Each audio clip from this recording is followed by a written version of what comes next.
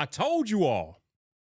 One thing that was guaranteed with the Ben Johnson era in Chicago, changes were coming home to roost. And the Bears have finally done it. The Bears have pulled the plug on the Braxton Jones experiment. Welcome back to Bears Yard. This your boy Vipe. And if you were watching the Raiders game last week, you know that the Braxton Jones experiment officially ended towards the end of the second quarter when he was yanked and Theo Benedict was inserted at left tackle to take his place. Braxton Jones, from that point on, only appeared on special teams, plays, and different things like that. He never re-entered the game as an offensive tackle. Now, I think it was yesterday the news came down that there is going to be an expected change at left tackle. Braxton Jones is out. And with that change, that pretty much means that Braxton Jones' time as a Chicago Bear is pretty much over with. He will not be back as a tackle. And given the fact that this is a contract year, I can't imagine any scenario that he will be back as a Chicago Bear in 2026.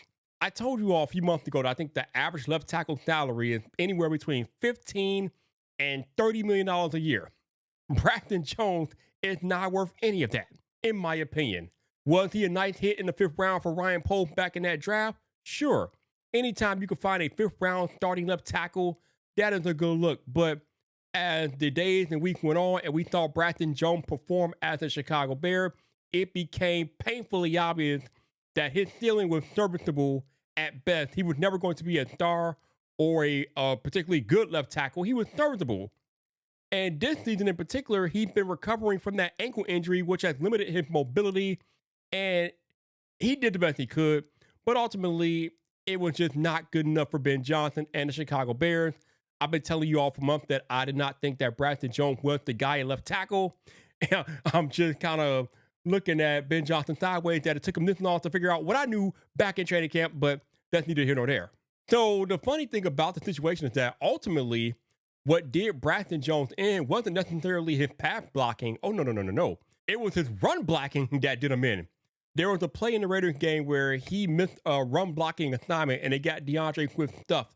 And I think that was the play where Ben Johnson was like, nope, we're done with you. You got to go. But again, with him recovering from that ankle injury and trying to run block the way that it's necessary for him to be successful at the NFL level, it was just not happening. And he wasn't the best pass blocking tackle either. He was very susceptible to the bull rush. He kind of let speedy, quick defenders get around him a lot.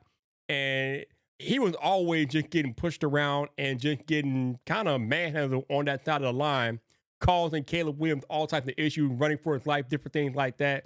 And you knew that Braxton Jones' days were numbered just with the way that he was showing up this season. He only had one good game, and that was the Cowboys game. But after that, he really didn't put his foot down and take hold of this position, this left tackle battle. I mean, he won the job by default.